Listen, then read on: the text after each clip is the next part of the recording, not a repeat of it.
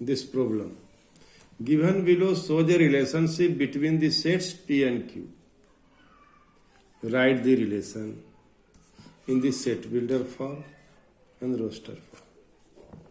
Set builder form and roster form. I hope now you are in a position to solve this problem. You have already remembered the way in which set builder form is represented and roster form is represented. When the elements are in roster form, when the elements are in set builder form. So keeping view, I selected this problem. Problem is very easy. Now, you have to write the relation in set builder form and what? Roster form. So in set builder form, elements are written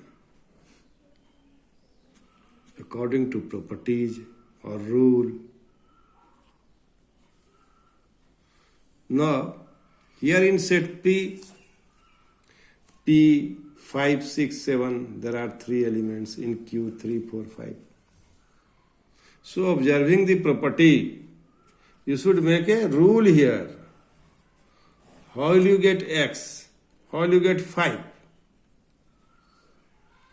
By putting 3 in place of Y. How will you get 6? By putting 4 in place of Y.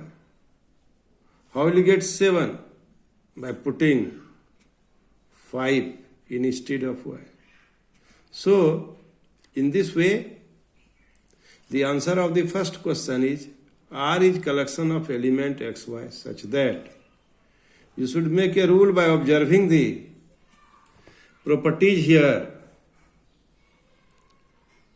X is equal to Y plus 2.